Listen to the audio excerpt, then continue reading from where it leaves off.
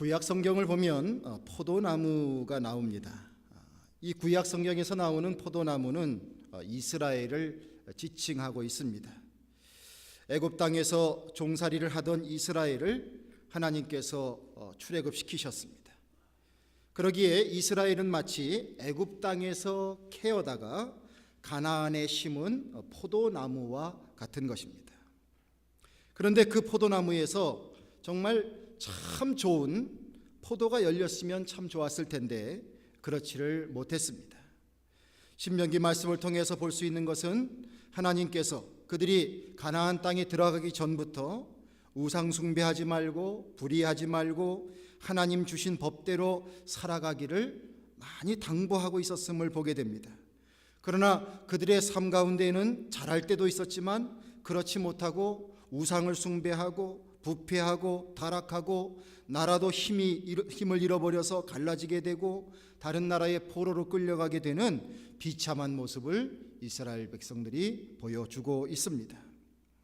말라기 선지자 이후에 예수님께서 탄생하시기 전까지 기간이 약 400년가량입니다. 그 기간 동안 선지자가 배출되지 못하고 영적인 암흑기 속에서 이스라엘은 심한 고통 속에 살아가야 했었습니다. 예수님께서 오시던 그 세상 속에서도 이스라엘은 일찍이 여러 지역으로 나누어져서 나라를 잃어버렸고 주권도 빼앗겨 로마의 지배를 받는 모습으로 전락하고 있었습니다. 이스라엘이라고 하는 포도나무가 참 열매를 맺지 못하고 설령 열매를 맺는다고 해도 마치 써서 더 이상 먹을 수 없는 그런 부패하고 타락된 열매밖에는 거두지 못하는 안타까움 속에 있었습니다. 그런데 오늘 말씀을 통해서 우리가 보게 됩니다. 예수님은 당당하게 선포하고 계십니다. 내가 참 포도나무요 내 아버지는 그 농부라. 여러분, 이것은 대단한 선포라고 볼 수 있습니다. 예수님이 제자들 앞에서 그냥 선생님, 그냥 랍비 이런 것이 아니라 예수님께서 진정한 새 이스라엘 그리고 참 이스라엘을 회복시키고 이루실 분이라는 것을 선언하고 있는 말씀인 것입니다. 제자들 가운데 조금 관심 있는 사람들은 경이로운 마음으로 예수님께서 왜 이런 말씀을 하실까 주목했습니다. 예수님은 과연 어떤 분이실까 호기심을 가지고 기대감을 가지고 주님의 말씀에 귀 기울였을 것입니다. 예수님께서 무엇 때문에 이런 말씀을 하고 계실까? 주님께서 해주신 말씀 속에 포도나무가 나옵니다.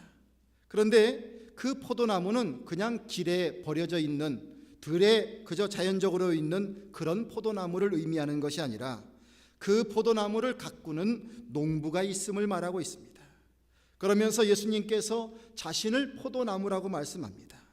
그리고 이 포도나무를 가꾸는 농부가 하나님이시다라고 말씀하고 있는 것입니다. 하나님은 포도나무의 결실을 얻으시기 위해서 그 나무를 잘 가꾸십니다. 그리고 돌봅니다. 그리고 깨끗게 합니다. 그래서 그 열매가 정말 좋은 그 나무가 진정으로 좋은 열매를 맺도록 하신다는 요지입니다. 여러분들 나름대로 우리 하나님이 어떤 분이신지 마음속에 그리고 계실 것입니다. 하나님의 말씀을 통해서 우리는 깨달을 수 있는 것이 있습니다. 우리 하나님은 사랑과 자비의 하나님이십니다.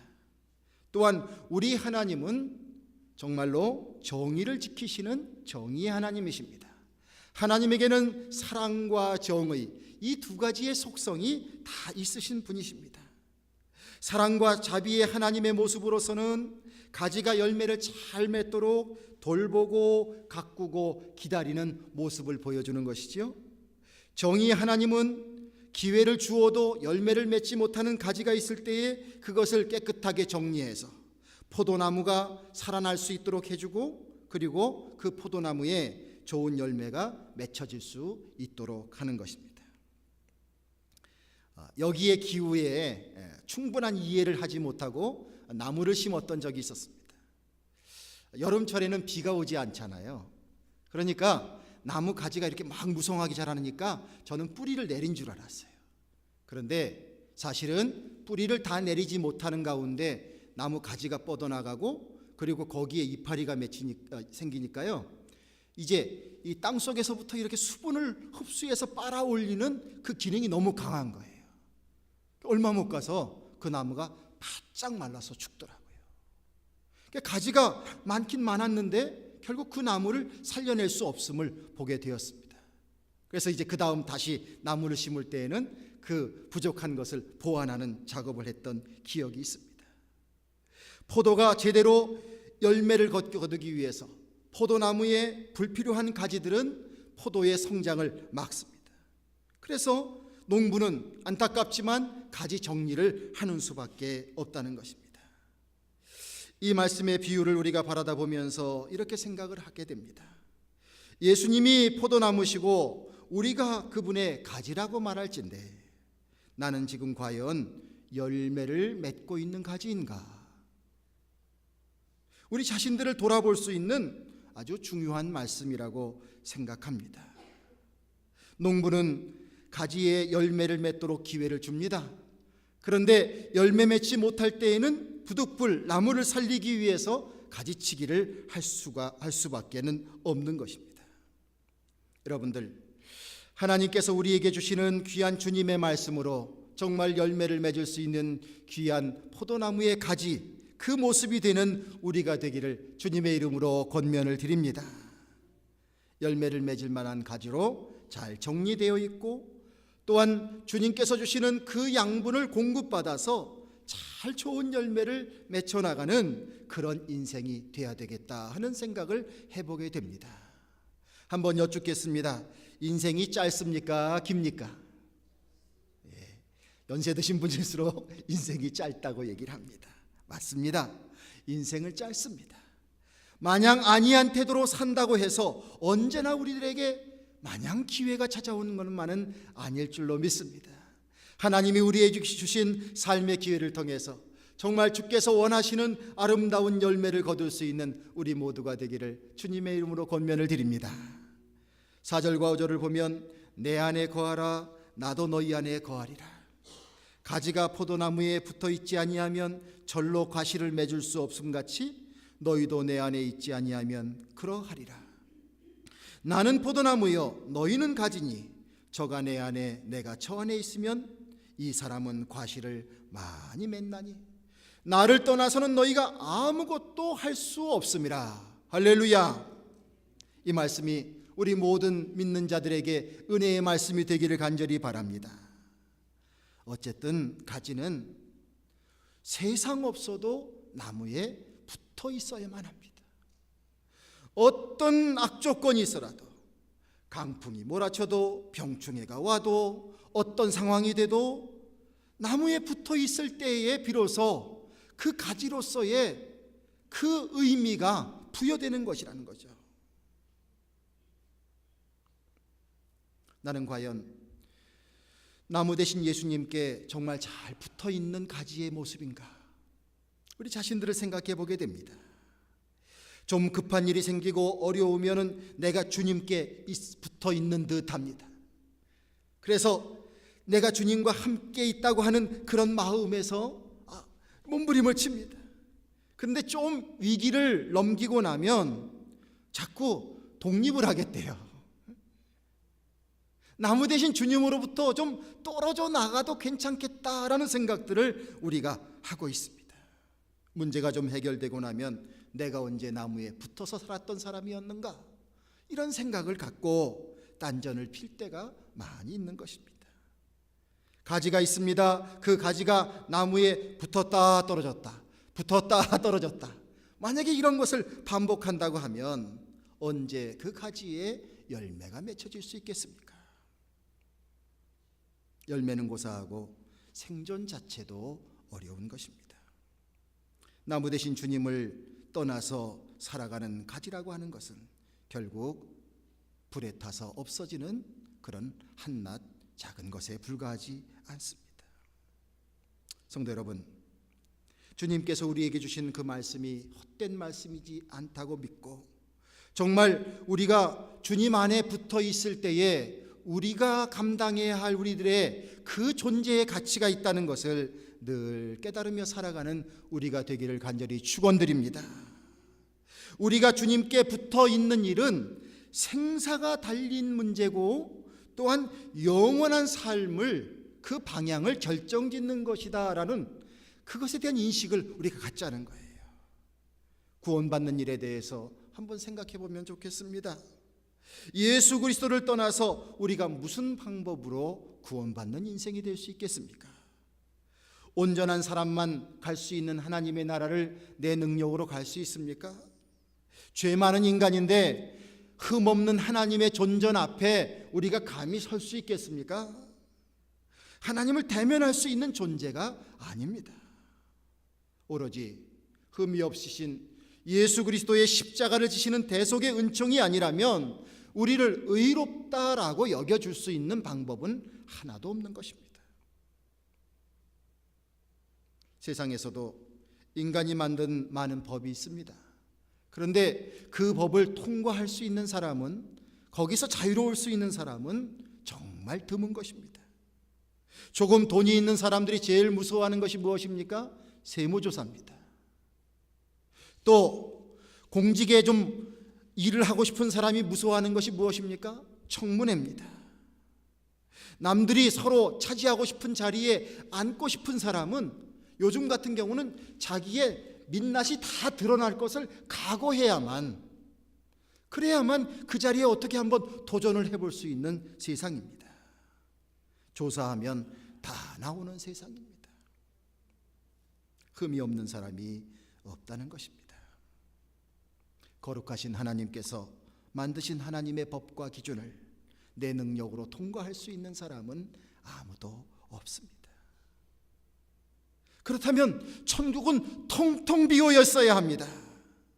그러나 주님께서 우리에게 천국을 주신다고 약속하셨습니다. 영원한 삶을 주신다고 약속하셨습니다. 그러기에 우리에게 절대적으로 필요한 것이 주님입니다. 주님의 구원의 은혜, 그 은혜가 없이는 우리가 살아갈 수 없다는 것이지요. 6절 말씀에 사람이 내 안에 거하지 아니하면 가지처럼 밖에 버리고 말라지나니 사람들이 이것을 모아다가 불에 던져 사르느니라고 말씀하고 있습니다. 예수님이 우리와 함께 하지 아니하실 때, 내가 주님께 붙어 있지 아니할 때 우리는 결국 마른 가지와 다를 바가 없습니다.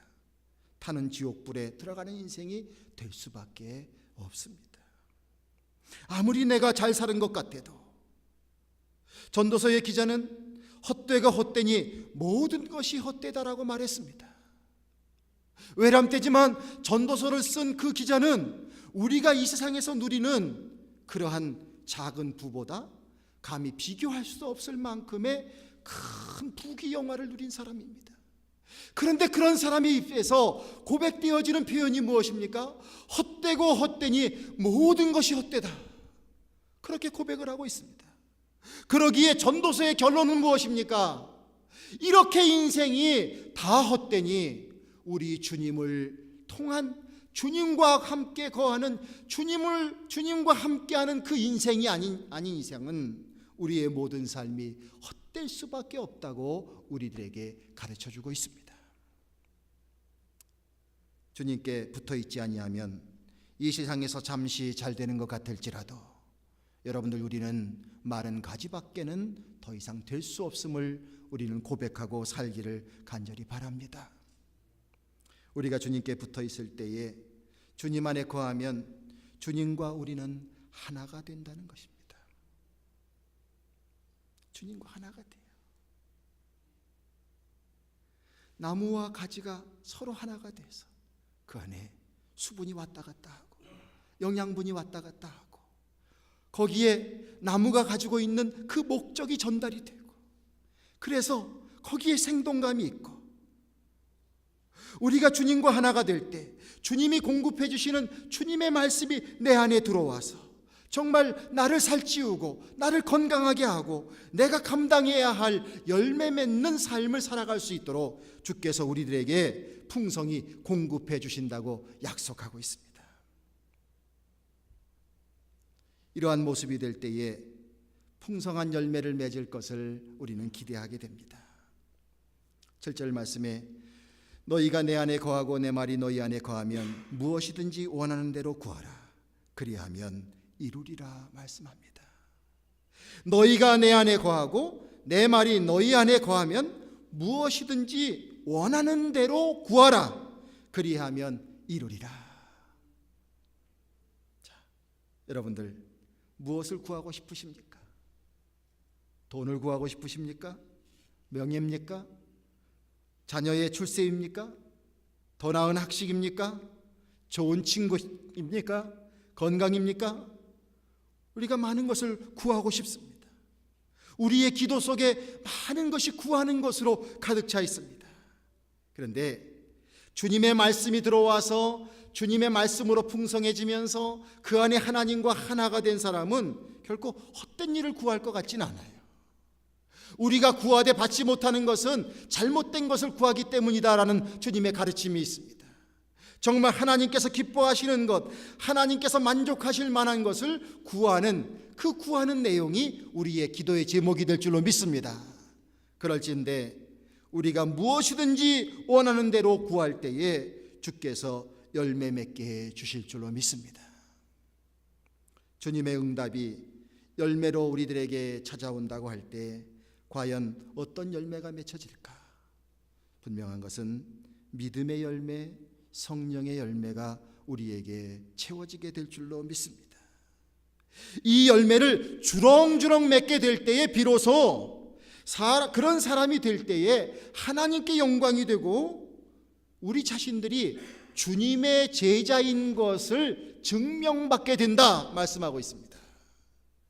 사랑하시는 성도 여러분, 주님과 하나가 되어서 주님께서 주시는 영양분을 받고 그 안에서 많은 좋은 믿음의 열매, 성령의 열매를 가득 맺는 인생들이 되시기를 주님의 이름으로 축원을 드립니다. 그래야 세상이 우리가 주님의 제자인 것을 알 수 있다 말해주고 있습니다. 한번 생각해 보게 됩니다. 내가 주님과 함께 있으며 구원받은 존재라고 하는 이 열매를 갖고 사는 인생을 생각해 보십시오.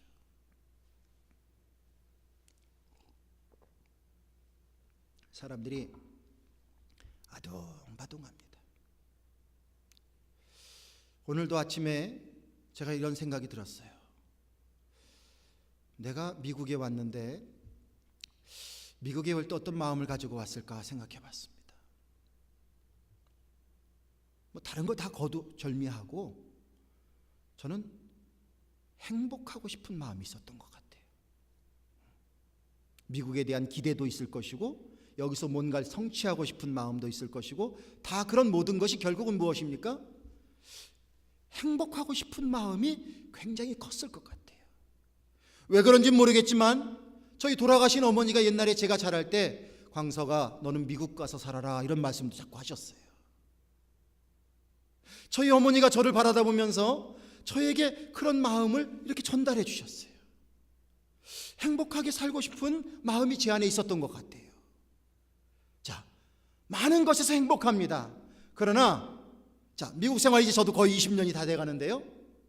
그 시간 동안에 제가 삶이 늘 즐겁고 행복했기만 했을까요? 아니면 고통스러운 순간도 있었을까요? 어땠을까요? 관심이 없으신가 봐요. 대답을 못 하시는 거 보니까. 네, 아마 여러분들이 겪으신 것처럼 저도 그런 것들을 많이 겪었을 겁니다. 물론 우리가 하나님 안에서 어느 곳에 있든지 주님이 주시는 평화로 가득 차야 될 줄로 믿습니다. 그런데 우리 이민자들의 삶의 모습을 보면 여러분들도 별로 다르지 않다고 생각합니다. 그런 마음들을 다 갖고 미국을 오셨다고 저는 생각을 합니다. 그런데 살아가는 모습을 보면 어떻습니까? 생각보다 많이 엉켜서 사셔요. 너무 조급해서 사시는 것 같아요. 너무 불안해서 사시는 것 같아요. 이렇게 살면은, 이렇게 살 거라면 미국까지 올 필요가 있었을까? 그런 생각이 드는 그런 상황들을 자꾸 만들어내신단 말이에요. 거기에 몸담고 거기에 깊이 빠져들고 그렇게 해서 정말 부정적인 에너지를 가지고 삶의 이유를 찾아내고 그런 모습들이 너무 많은 것을 보게 됩니다.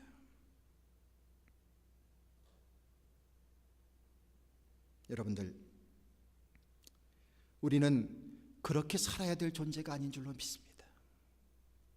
하나님께서 우리에게 부여해 주신 하나님의 은혜 가운데에서 정말 내 안에 구원의 은혜와 기쁨을 누리는 사람으로서 살아가야 될 줄로 믿습니다.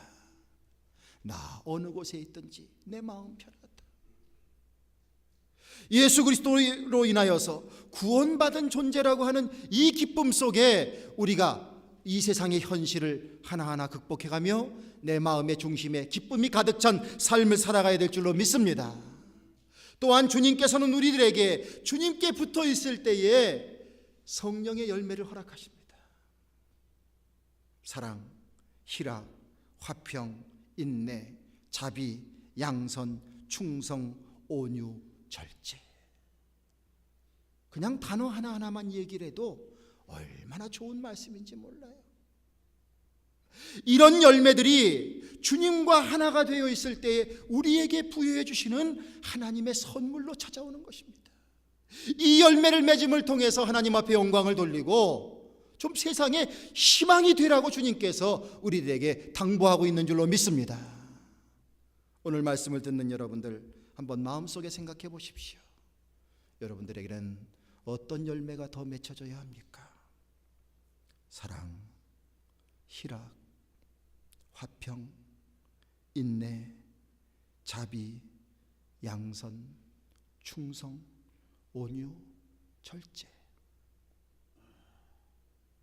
이런 열매를 통해서 점점 달라지고 있는 나의 모습을 생각할 때에 우리가 주님께 붙어 있다고 하는 것은 얼마나 우리들에게 큰 복이요 희망인지 모릅니다.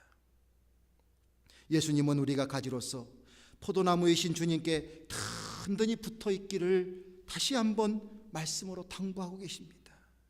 9절 이하의 말씀을 보면 아버지께서 나를 사랑하신 것 같이 나도 너희를 사랑하였으니 나의 사랑 안에 거하라. 내가 아버지의 계명을 지켜 그의 사랑 안에 거하는 것 같이 너희도 내 계명을 지키면 내 사랑 안에 거하리라. 내가 이것을 너희에게 이름은 내 기쁨이 너희 안에 있어 너희의 기쁨을 충만하게 하려 함이니라.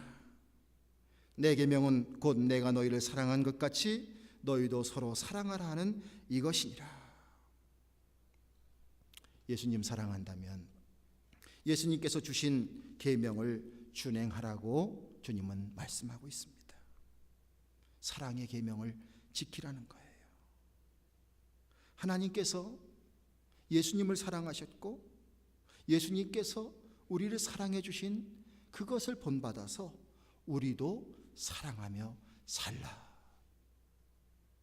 이 삶을 살아가게 될 때에 주님께서 간직하고 계신 주님의 기쁨이 우리 안에 들어오고 우리가 그 기쁨을 통하여서 더욱더 기쁨을 누리는 사람이 될 수 있도록 주님께서 축복해 주신다는 것입니다. 여러분들의 자녀가 있으신 분들은 많은 것을 경험하실 겁니다. 자녀들이 여러분들 주변에 있을 때에 그 자녀를 바라보고 있으면 여러분들의 마음이 기쁩니까? 안 좋습니까? 기쁘시죠? 조금 모자라도 때로는 조금 실직을 하고 있었어도 조금 아쉬운 게 있었어도 그저 자식들이 눈앞에 이렇게 바라다 보이면 그 얼마나 기쁜지 몰라요. 저도 어제 저녁에 이렇게 2층에 있는데 1층에서 딸내미들이 뭘 하는지 모르지만 셋이서 막 깔깔대고 막 자꾸 웃어요. 무슨 얘기를 하는지는 들리진 않아요. 그런데 그 딸들이 셋이서 깔깔대고 웃는데 제 마음이 얼마나 그렇게 평화로운지 얼마나 행복한지 참 좋았어요. 우리 예수님께서 우리를 사랑하시기에 나는 예수님을 생각하지 않고 이렇게 저렇게 속 썩일 때도 있지만 우리 주님께서는 얼마나 기쁨으로 우리를 바라다보고 계신지 모릅니다. 하나님께서 예수님을 그렇게 기쁨으로 대하고 계시고 예수님께서 우리를 그렇게 기쁨으로 대하고 계십니다. 우리가 주님과 하나가 되고 주님의 사랑이 우리 안에 있을 때에 우리 안에는 주님께서 부여해 주시는 그 기쁨이 우리 안에서 샘솟게 될 줄로 믿습니다. 이 기쁨은 은행 어카운트 바라다보면서 기뻐하는 것보다도, 좋은 옷과 구두를 입으면서 기뻐하는 기쁨보다도, 좋은 집에 들어가는 그 기쁨을 누리는 것보다도 비교할 수 없는 주님의 놀라운 은혜와 기쁨이 우리에게 주님께서 약속해 주신 은혜와 축복이라는 사실을 우리 모두가 기억해야 될 줄로 믿습니다. 이 기쁨을 누리려면 어떻게 해야 됩니까? 여러분들, 주님께 붙어 있어야 돼요. 주님과 하나가 되어 있어야 돼요. 그런데 그 붙어 있는 방법이 무엇이냐? 예수님이 우리를 사랑해 주셨듯이 우리도 우리의 눈에 바라다 보이는 자들을 서로 사랑함을 통해서 주님의 사랑을 실천하라고 말씀해 주고 있습니다. 오늘날 이 시대에 우리 그리스도인들이 세상을 바라다 보는 눈은 달라야 됩니다. 자본주의와 민주주의가 좋은 것이 있습니다. 공산주의와 자본주의, 민주주의 이렇게 비교하는 것, 이것만으로써 우리가 살아가고 있는 체제가 더 훌륭하다, 여기에 만족해야 될 것이 우리 그리스도인의 한계는 아닙니다. 우리 그리스도인들은 우리가 살아가는 삶 속에서 부족한 부분이 무엇인지를 바라볼 수 있어야 합니다. 우리는 이 세상에 살아가는 제도를 더 뛰어넘어서 하나님의 관점과 하나님께서 주신 말씀으로 세상을 바라볼 수 있어야 합니다. 그렇게 바라볼 때에 자본주의 속에는 자본주의 철학의 근간을 이루고 있는 인간의 이기심과 그 이기심의 극대화라고 하는 너무나도 악한 뿌리가 있는 것을 우리가 알게 돼요. 그래서 사람들이 여기에 젖어들어 살다 보니까 기쁨이라는 것을 세상 것을 소유하는 데 있다고 생각하면서 삽니다. 이것이 지나치게 되니까 정도를 지나쳐 남의 것을 빼앗을지라도 자기의 소유를 삼고 그것으로 탐욕을 채우면 행복하다는 생각들을 하고 삽니다. 막 주식시장이 막 이렇게 올라가요? 그러면 사람들이 무슨 생각을 합니까? 이게 나만 바보 아닌가? 그러니까 나도 빨리 뛰어들어서 거기서 한 몫을 챙겨야 되겠다고 생각해요. 그런데 거기에서 주고받는 그 돈이 어디서 나옵니까? 다 다른 사람의 주머니에서 나오는 거 아니겠어요? 근데 우리가 너무 그런 것에 무의식적으로 살아갈 때가 많이 있습니다. 너무 쉽게 남에게 상처를 주고 가지지 않은 자들을 업신여기고 함부로 짓밟고 나보다 못 사는 것 같으면 뭔가 저 사람은 죄인인 양 이렇게 하는 우리들의 모습이 있습니다.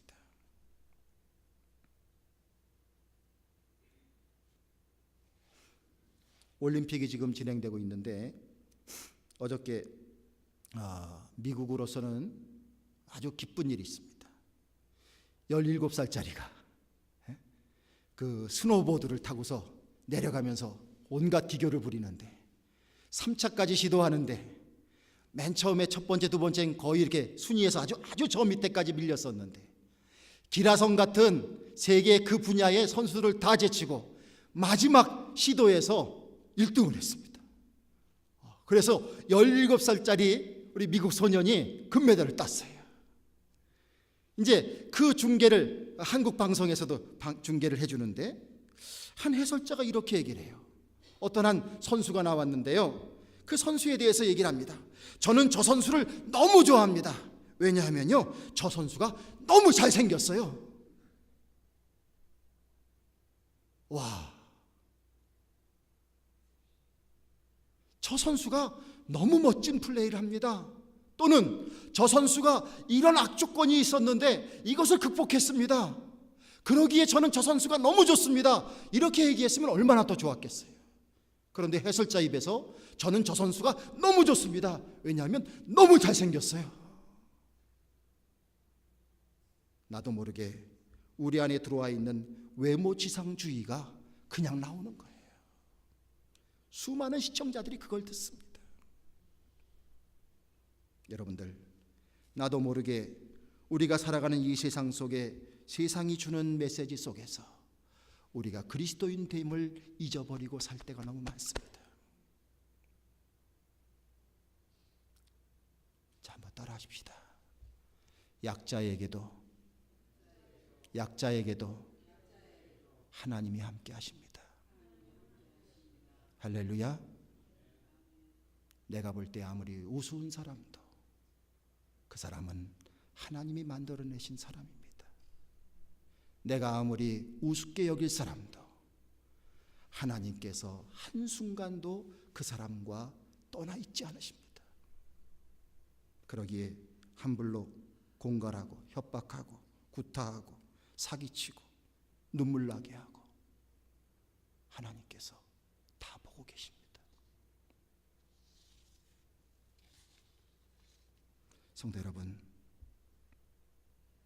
예수님의 사랑의 정신, 예수님께서 애절하게 지금 말씀하고 계십니다. 우리들에게 너무너무 애절하게 말씀하고 계십니다. 주님께서 이런 말씀까지 해주시는 거예요. 14절 이하의 말씀을 한번 보십시오. 너희가 나의 명하는 대로 행하면 곧 나의 친구라. 너희가 나를 택한 것이 아니요 내가 너희를 택하여 세웠나니 이는 너희로 가서 과실을 맺게 하고 또 너의 과실이 항상 있게 하여 내 이름으로 아버지께 무엇을 구하든지 다 받게 하려 함이라.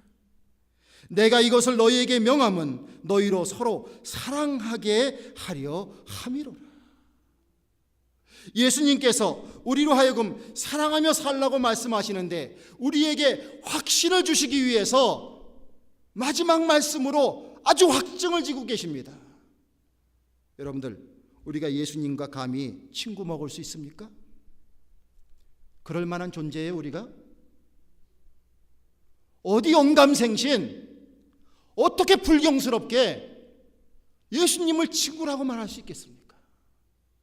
그런데 예수님께서 말씀하십니다. 너희가 나의 명하는 대로 행하면 곧 나의 친구라. 주님께서 우리를 사랑하시고 우리를 품어주시고 그 안에서 정말 사랑하면서 살도록, 그래서 우리가 그 안에서 열매를 맺도록, 그래서 하나님이 우리에게 부여해 주시는 그 은혜와 그 기쁨을 누리도록, 그래서 우리를 격려하시기 위해서 내가 정말 그렇게 하면 이제부터는 너와 내가 친구야, 이렇게까지 말씀해 주시면서 우리를 사랑 속에 살아가도록 권면해 주고 있습니다. 하나님의 택함을 받았다고 자랑을 하던 이스라엘 백성들, 온갖 역경 속에서 기적과 같이 가나안 땅에 들어갔지만, 그리고 어느 민족이 받지도 못했던 하나님의 계명을 받는 백성이 되었었지만, 하나님의 뜻을 따르지 아니하고 그 말씀을 따르지 않았을 때에 그들은 진정한 참 열매를 맺는 백성이 되지 못했습니다. 그러나 우리 주님께서 참 포도나무가 되시고 우리를 가지로 연결시켜 주셔서 우리에게 주님께서 열매를 맺으시겠다고 말씀하고 계십니다.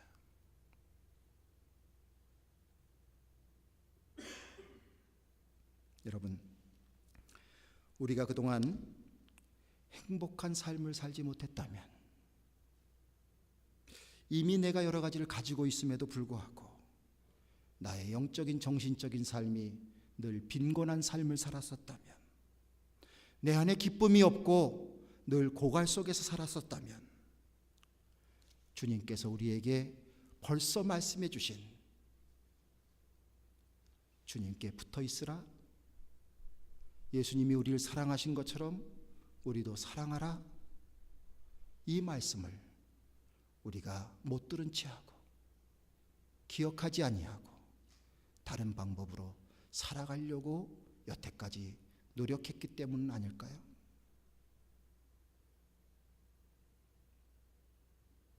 나무에서 떨어진 가지는 불에 타서 없어지는 그런 한낱 그저 불쏘시개밖에는 될 수가 없습니다. 그러나 나무에 붙어 있는 가지가 되었을 때, 그리고 하나가 되었을 때, 그리고 그 가지를 통해서 하나님의 주시는 말씀이, 하나님의 사랑이, 그것이 전달될 때 하나님께는 영광이고 이 세상엔 기쁨이 되는 놀라운 열매를 주님께서 거두신다고 약속했습니다. 세상이 험악하다고 탓하지 마시고 우리를 통하여 이 세상에 먹음직스러운 진정한 열매들을 내어줄 수 있는 그런 우리 모두의 삶을 살아갈 수 있는 우리 모두가 되시기를 주님의 이름으로 권면을 드립니다. 자, 여러분들 옆에 계신 분들에게 권면하는 의미에서 주님께 꼭 붙어 있으세요 이렇게 인사 나누시면 좋겠습니다. 주님께 꼭 붙어 있으세요. 할렐루야. 예, 기도하겠습니다. 주님, 어떤 일이 있어도, 어떤 광풍이 불어도, 어떤 시련이 있어도 예수님께 꼭 붙어 있기를 원합니다. 저희들 연약하오니 붙들어 주시옵소서. 성령으로 채워 주시옵소서. 하나님 은혜 안에서 더욱더 말씀 속에 살게 하여 주시고 믿음의 삶에 최선을 다하게 하여 주시고 주님 주시는 은혜 가운데에서 주님과 하나가 되어 하나님의 귀한 뜻을 이루어 나갈 수 있는, 귀한 열매 맺을 수 있는 우리 모든 믿음의 식구들 다 될 수 있도록 주님 함께하여 주시옵소서. 우리 주 예수 그리스도의 이름을 받들어 기도드리옵나이다. 아멘.